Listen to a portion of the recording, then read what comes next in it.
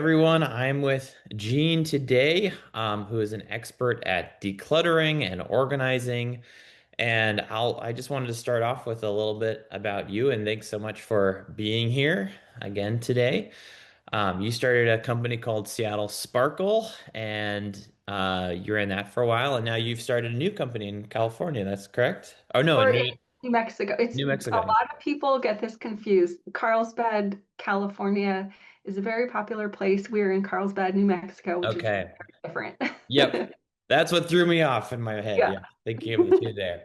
Yeah, what initially brought you into this world? I was probably destined to do it, but I also have ADHD. And so sometimes, like in arts, I went to art school too, and sometimes my studio would just be a complete wreck. I always knew where everything was, but I really needed some help figuring it out for myself. So there were some parts of me that were like, okay, I know how to do this, and some parts where I really needed to learn how to do it. Did you realize you had ADHD early in life, or was it a late life diagnosis? No, it was in high school because Mhm. I am like a very quiet kind of goody goody. Like I have tattoos. Like I might not look totally like a goody goody, but I am. And so I never wanted to get in trouble. So I did what you were supposed to do. So unlike the boys who would be making a bunch of noise, acting up, real hyper, I was very quiet. So it was when I was taking my SATs, I guess, right before that, that's when I got diagnosed with ADHD. Okay, interesting. I just ask because we have ADHD in my family as well. And I used to have an idea in my mind that ADHD looked really disorganized on the Mhm. surface, but then as I'm learning more about it, and my wife has been more late life diagnosed, that sometimes the opposite happens, that sometimes people become hyper organized, have all the sticky notes and a system because they feel like they really need it. So I was wondering if some of Yes, your I think organizational came out of that. you are like the first person that's ever said that. Yes, and Oh, that uh-huh. that's me. That's totally me. So when I have to do something that might be pretty easy for someone, actually, Sarah, my business partner who's up in Seattle, she was the friend that I was talking to about becoming an organizer in the first place. She was one of the ones that was having a baby. She is really good. She does not have ADHD. She she came down and visited me in New Mexico, just brought a backpack. She's traveled with her family in an RV for like 3 months. She can switch tasks very easily. She's not like one of those type A people that are gonna tell you what to do and be all righteous, but Mhm. she just makes it look so easy. And whenever like she was talking about taking a trip with me, again, I'm like, Sarah, like this is really hard for me. Traveling is really hard because all my systems at home are gone and I've Mhm. got to figure out new systems. And a lot of people don't understand that. Yeah. Well, I Yeah. think switching tasks is a really good segue, I think, because for if I think ADHD, I think sometimes it can feel more overwhelming, disorganization and your environment because, and my wife has described this to me because there's so many thoughts happening so fast that having things in their place is a calming feeling, but I think that everybody can relate to that to some extent. And maybe it's just more emphasized with the ADHD or more I'm not getting the right word for that, but more abrasive on the nervous system, you know?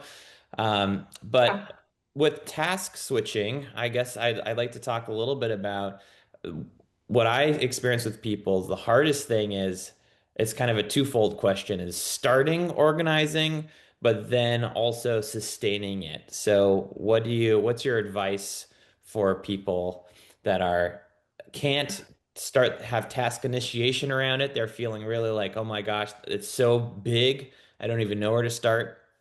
And then also doing it in a way that you won't just do it for 6 hours, get burnt out, and then never visit it again. Yeah, okay. So you were a very good listener. I want to say Oh, that. thank I can you. tell Yeah. you're very bright. So with task initiation, with organizing, once you've become organized, um, and you've put everything away, I think a lot of people with ADHD, or at least myself, we can get really messy really quickly.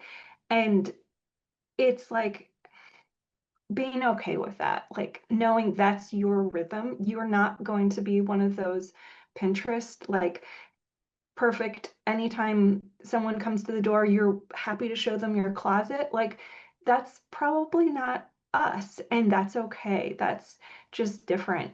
If you make a mess, go easy on yourself and just know that that's your rhythm. That's okay. Because a lot of people will just get really mad at themselves and be like, "Oh, I failed. I'm never going to be organized." Hmm. No, you know how to do it. You've done it once. You can do it again. Just let yourself make the mess, make the art, do whatever you're doing.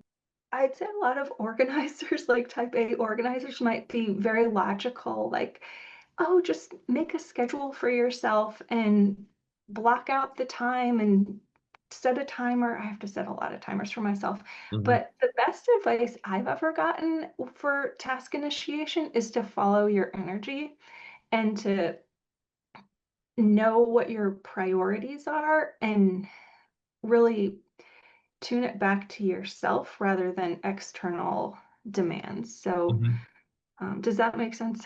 Yeah, I think that voice, I think everybody can relate to that of like, oh, I'll never be organized Hmm. because my closet doesn't look like, Pinterest or Pinterest worthy. I think that something people can really relate to. Um, yeah, I think, so a lot of clients I deal with are in the process of downsizing, and I actually experience two things with that, where sometimes people are like, I um, don't want to move because the idea of decluttering is so overwhelming that I can't even begin to start this process. Or the opposite, where they want to move because they feel overwhelmed by their current home and all their stuff. And and in that case, they probably shouldn't move. They should just learn how to declutter and organize a bit. So it really is that. I do think that overwhelmed thought you said, a lot of people have expressed that to me of, um, I'm just not that type of person. I can never get my space in this way. So can you give us an example of following the energy, how somebody may first, I think, address the perfectionism thoughts that are like, it has to be this way, or I'm not this type of person, or all those black and white sort of thoughts that keep you from it. But then how can you naturally get motivated to follow the energy? Okay, so I think a lot of it has to do with getting in tune with your internal yes and no, and this can be very, very difficult. This can be a lifelong process to figure it out. And a lot of it like has to do with basic hydration, nutrition, exercise, and rest. And when those things are in alignment, you will find yourself in the right place at the right time. And it's just so much easier to follow your natural rhythms of things. So if you have like a list of, oh, I need to sort my pantry, I have to get rid of this room full of boxes, or reorganize my kitchen. Mhm. What's a way you could feel into where you find natural energy in one of those tasks? The way, like logically, you can look at it and see, okay, what's going to be the easiest and going to give you the most reward. So sometimes people feel like they need to um, do something that's like really hard, like go through a bunch of old family photos or declutter a bunch of sentimental items. Don't do that. Just look for the big stuff, the trash, the low hanging fruit. But then intuitively, when you want to feel into that, I literally can feel a pull. I can walk through someone's house and feel like there's something going on under the stairs right there. I think we need to deal with that because sometimes a lot of clutter gets put on top of something that's really challenging um, and it's like a clogged drain and it makes it really hard to declutter the rest. I'm not saying that if that old box of wedding photos from your divorce 20 years ago has to actually get processed right now, but at least isolate it. And if there's more really tough, like black hole stuff, put that all together and just be aware, hey, this is really hard stuff. I don't want to deal with it and isolate it together. Yeah. So you will actually walk through a house and kind of feel where you're intuitively drawn. And most often sounds like it's smaller projects. You don't take on the $1 million project first, the one with the most pressure on it, or emotional charge, Yeah. and start smaller, and then some natural momentum is created. And it sounds like then you get the feedback, the positive feedback of like, I accomplished this, and that Yeah. probably quiets a lot of the thoughts too that are like, I can't do it if you do something first and get that Uh-huh. done. So here's a situation I'm curious, and it's kind of about that yes, no feeling there. So I had one client who um, they had this old family table that had been passed down through the family for a while, and it was this very large banquet farm table type of thing. And she was in a house that was too big for her. She was aging in place, and she really did need to be in a smaller one level, more manageable type of living situation.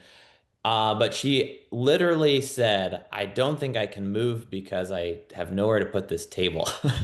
And it was so important to her, and her kids didn't want the table.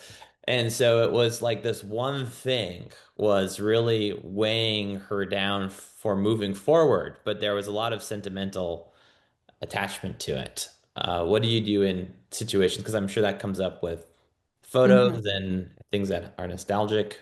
A lot of people that have had a really hard time letting go of something, I think that they have had friends and family that have just pushed them and really been kind of aggressive about it. I feel that I get that a lot too, where there'll be somebody, typically parents that are getting older, and then kids that are putting a lot of pressure on them of, hey, you have to like get rid of this stuff. I can't believe you haven't gotten rid of this stuff yet, or we have to move forward on this project.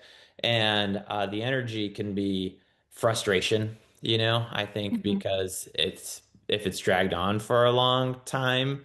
Um, and then it almost the tension builds more and more on this thing almost where there's more and more pressure on this to get done. So sounds like slowing down, creating some space for that process, um, actually listening to what are you feeling might Mhm. help move that forward opposed to just more and more stress layered on it. I think when it comes from a stressed out place, I've also seen this, and you can tell me if you've seen this too, where there'll be a they'll do like a one day, or like out of anxiety, and then just totally burn out after that. What do you suggest for sustaining it over time, these types of projects that sometimes can take months to get through, and not burning out? So if someone's going to do it on their own, I think it's great to have a professional organizer helping you pace yourself if you can. But what I like to do if it's a long-term project, if it's like myself, I will probably make a list of all the different things that need to be done and kind of space them, kind of itemize it in like 1 hour chunks. Like let's say you wouldn't put organize the closet if the organizing the closet's going to be like a 5 hour job. You would break those out into 1 hour chunks and then have a list. And what you can do is um, you can just have it on a list and pick whichever one feels the most inspiring to you per Hmm. day. Like list it out for 30 days or however you want to do it and check it off. But if you really need to prioritize it, what I like to do is write, once you have your list, then write each of those down on a piece of paper, an individual piece of paper or like index cards, and then put it out on a table or the floor and move things around so you can physically see, okay, this has to go before this step. Because sometimes it's hard to understand. It's like you want everything to be done all at once, but it Yeah. can't be. So physically, which goes and it helps with accountability. So you also wrote a book.